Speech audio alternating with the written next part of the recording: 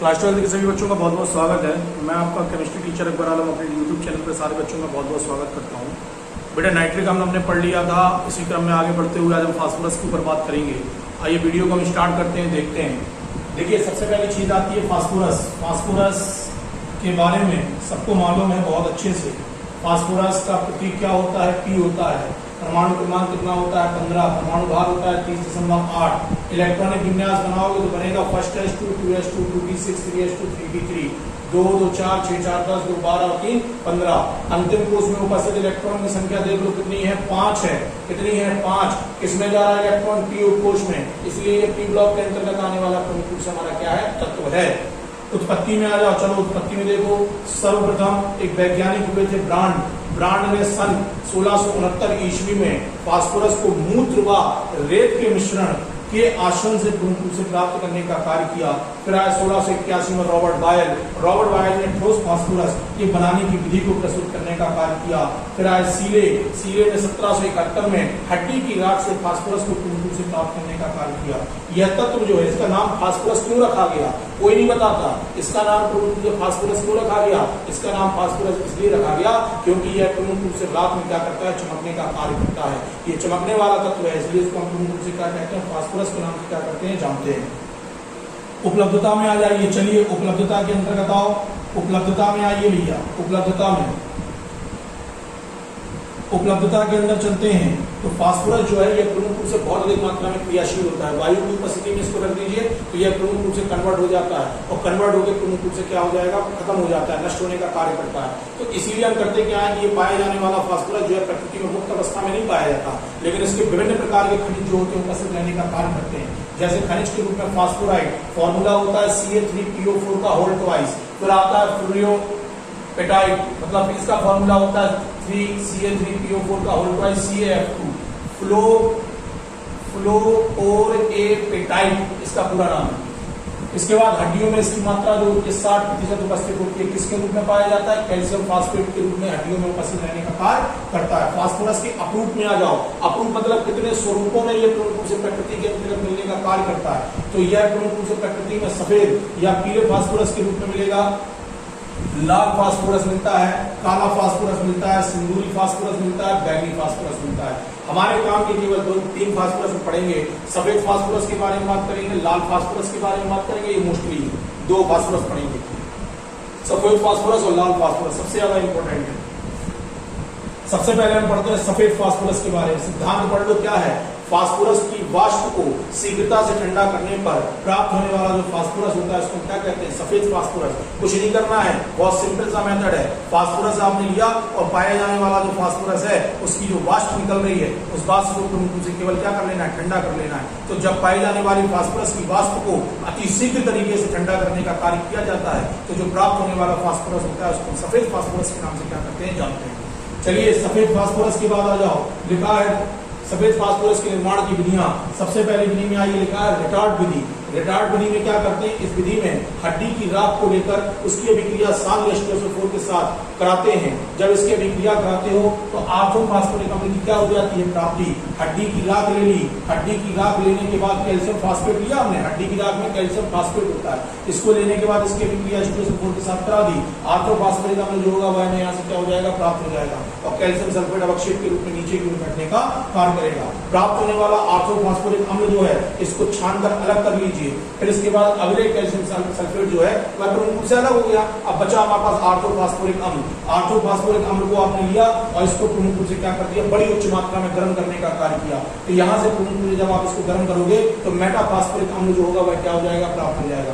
Metaphosphoric अम्ल को आप लो, मेटाफॉस्फोरिक अम्ल को लीजिए। मेटाफॉस्फोरिक अम्ल को लेने के बाद हम करेंगे क्या कि प्राप्त होने वाला जो मेटाफॉस्फोरिक अम्ल है इसमें प्रमुख रूप से कुछ मात्रा में कोक अर्थात कार्बन को मिलाकर इसे प्रमुख रूप से अग्नि संयुक्तों से मिलकर बने हुए रिटार्ट में आश्रित किया जाता है। जब आप इसके आश्रम का काम करोगे इस अभिक्रिया के फलस्वरूप फास्फोरस की वाष्प प्राप्त होगी। प्राप्त होने वाली वाष्प को एकत्रित कर लिया जाता है और जल के अंतर्गत प्रमुख रूप से इसका संग्रहण करके आप प्रमुख रूप से प्राप्त होने वाली जो आपका पाया जाने वाला संग्रहण कर लोगे। संग्रहण करने के बाद जो फास्फोरस होगा वो नीचे की ओर बैठ जाएगा। सफेद फास्फोरस के में क्या हो जाएगी? प्राप्ति।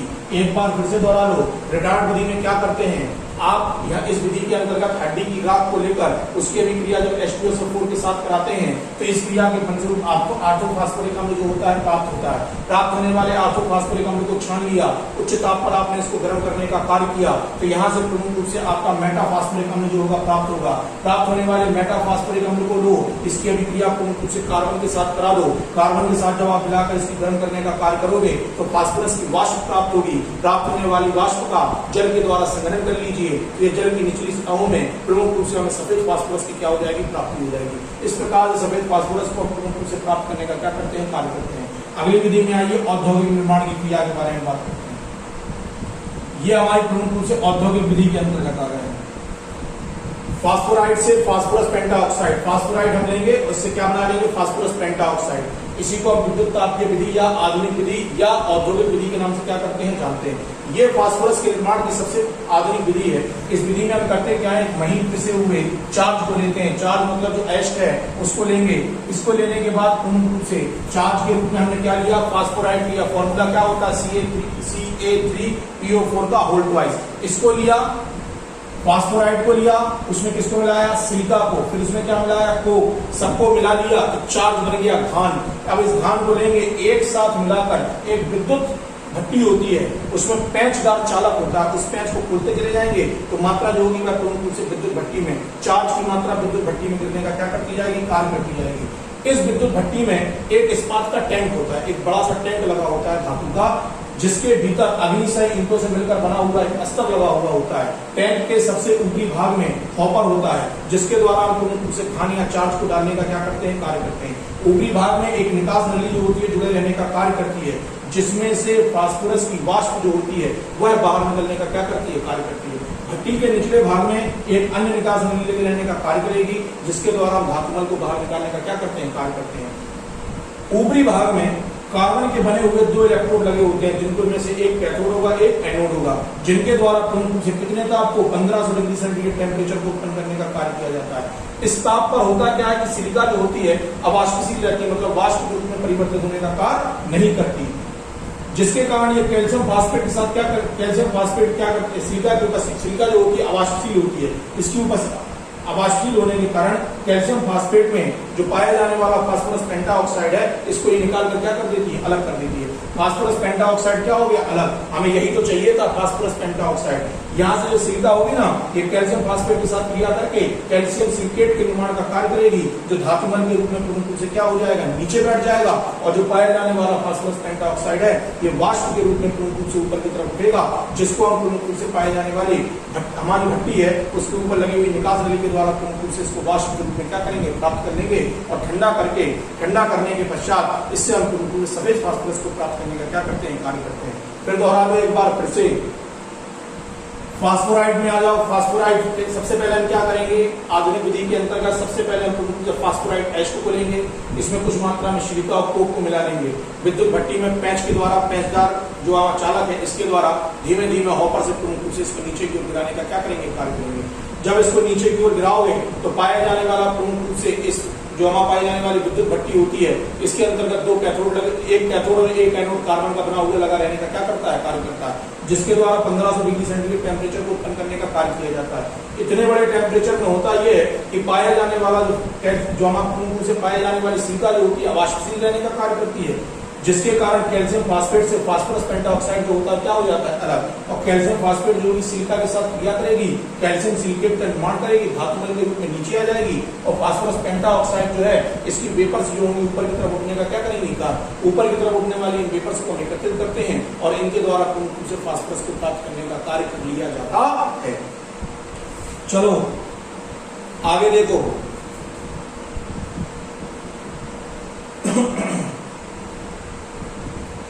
आगे देखना भैया,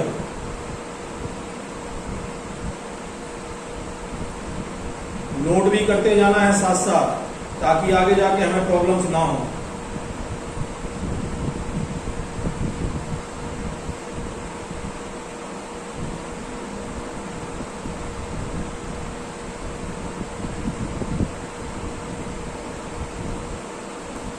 ठीक है, इस प्रकार से ये जो हमारा वीडियो है वो यहाँ तक का पूर्ण कंप्लीट होता है।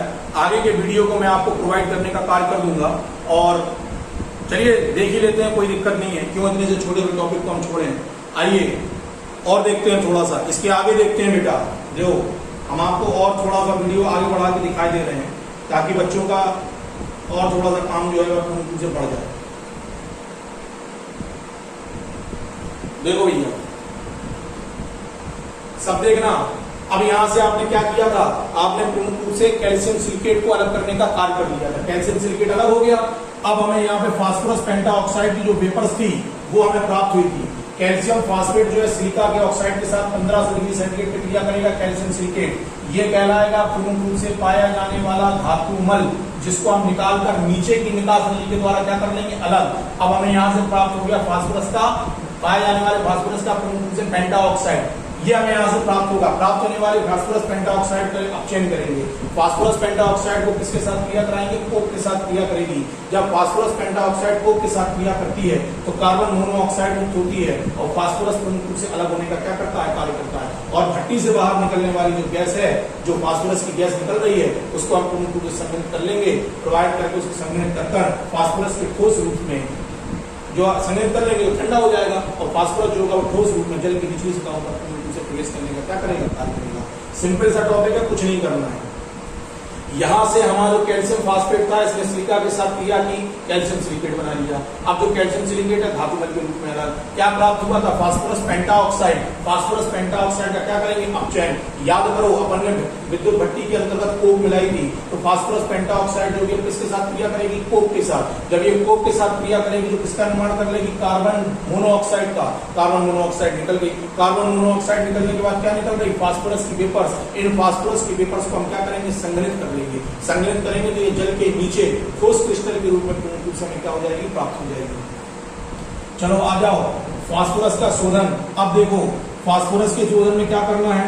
फास्फोरस के शोधन में ये होता है कि जो प्राप्त होने वाला फास्फोरस होता है वो कैसा होता है, अशुद्ध होता है। इसका शोधन करने के लिए अशुद्ध फास्फोरस में K2Cr2O7 अर्थात पोटेशियम डाइक्रोमेट, पोटेशियम क्रोमेट को मिला लेंगे। इसको पोटेशियम डाइक्रोमेट को मिलाने के पश्चात इसमें H2SO4 के साथ मिलाकर एक टैंक में इसको हल्का सा गर्म किया जाता है। क्या क्या मिला रहा है, फास्फोरस लिया, अशुद्ध फास्फोरस, उसमें पोटेशियम डाइक्रोमेट मिलाया, H2SO4 मिला लिया शाम। मिलाने के बाद जब इसमें टैंक में इसको हल्का सा गर्म करने का कार्य करोगे तो कुछ अशुद्धियां जो होंगी वो ऑक्सीकरण होकर वाष्प के रूप में अलग हो जाएंगी और शेष फास्फोरस की सतह पर आ जाती है। और फास्फोरस जो होता है एक रंगीन द्रव के रूप में टैंक की पैनी पर, टैंक की निचली सतह पर बैठ जाता है। इस पिघले हुए फास्फोरस को लंबी नलियों में प्रवाहित करके ठंडा कर लेते हैं, जिससे फास्फोरस ठोस अवस्था में क्या हो जाता है, प्राप्त हो जाता है।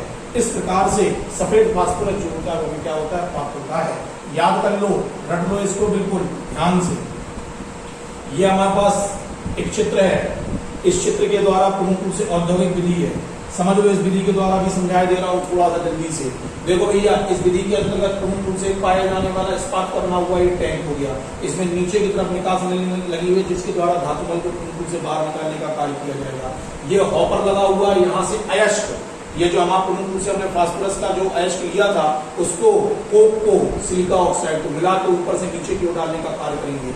ये हमारे पास धातु के बने हुए पूर्ण रूप से कार्बन के इलेक्ट्रोड हैं। इनमें से एक कहलाएगा एनोड, एक कहलाएगा पूर्ण रूप से पाया जाने वाला कैथोड। ये है पेचदार चालक, इसको खोलते चले जाओगे ना तो हॉपर से पदार्थ जो कहाँ होगा, अंदर की तरफ आने का कार्य करेगा। इसके द्वारा 1500 डिग्री सेंटीग्रेड, इलेक्ट्रोड के द्वारा, कैथोड और एनोड के द्वारा 1500 डिग्री सेंटीग्रेड का टेम्परेचर जो है उत्पन्न होने का क्या करेगा, कार्य। जब भैया इतना टेम्परेचर उत्पन्न होगा तो उत्पन्न होने के बाद होगा ये कि पाए जाने वाले फास्फोरस पेंटाऑक्साइड जो होगा अलग हो जाएगा और पूर्ण रूप से पाए जाने वाला कैल्शियम, जो कैल्शियम फास्फेट है वह पूर्ण रूप से सिलिका के साथ क्रिया करके कैल्शियम सिलिकेट के निर्माण का कार्य करेगा। धातुमल के रूप में नीचे आ जाएगा, इसको निकाल कर क्या कर लेंगे, अलग। अब यहाँ पे फास्फोरस पेंटाऑक्साइड किससे क्रिया करेगा, कार्बन मोनोऑक्साइड सॉरी कोक के साथ क्रिया करेगा। कार्बन मोनोऑक्साइड की गैस जो भी निकलने का क्या करती रहेगी, कार्य करती रहेगी। इसके बाद क्या करेंगे, जो फास्फोरस की वाष्प यहाँ से निकल रही है उसको पूर्ण रूप से क्या कर लेंगे, प्राप्त कर लेंगे। फास्फोरस की वाष्प को प्राप्त करने के बाद जल के साथ हम देखते हैं कि निचली सतहों पर आकर एकत्रित हो जाता है। अब शुद्ध करना है तो शुद्ध करने के लिए इसमें K2Cr2O7 और कुछ मात्रा में H2SO4 को क्या कर दीजिए, मिला दीजिए। K2Cr2O7 पोटेशियम डाइक्रोमेट और H2SO4 को जब आप मिलाओगे तो कुछ जो अशुद्धियां होंगी वाष्प के रूप में अलग हो जाएंगी और कुछ अशुद्धियां जो होंगी फास्फोरस के ऊपर एकत्रित होने का क्या करेंगी, कार्य करेंगी। प्राप्त होने वाला ये फास्फोरस जो होगा रंगहीन द्रव के रूप में नीचे एकत्रित हो जाएगा। इसको लो नलिका के अंतर्गत क्या कर दीजिए, प्रवाहित कर दीजिए। प्रवाहित करने के बाद जो हमारा फास्फोरस होगा वह क्रिस्टल या ठोस के रूप में हमें प्राप्त होने का क्या करता है, कार्य कर लिया जाता है। इस प्रकार से फास्फोरस को हम क्या करते हैं, प्राप्त करने का कार्य करते हैं औद्योगिक स्तर पर। चलो भैया भौतिक गुण और देख लो थोड़े से। भौतिक गुण में पहला है शुद्ध अवस्था में फास्फोरस का रंग सफेद होता है, परंतु यदि आप इसको वायु की उपस्थिति में रख देते हैं तो ये पीला पड़ जाता है। क्यों? क्योंकि हमने ऑक्साइड के निर्माण का कार्य कर देता है।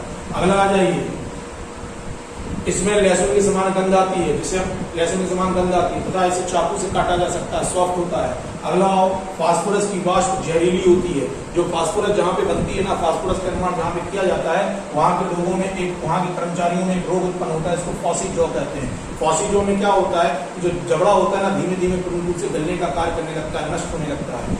याद रखना फास्फोरस को यदि आप इसकी कुछ मात्रा खा लो तो मर भी जाता है व्यक्ति।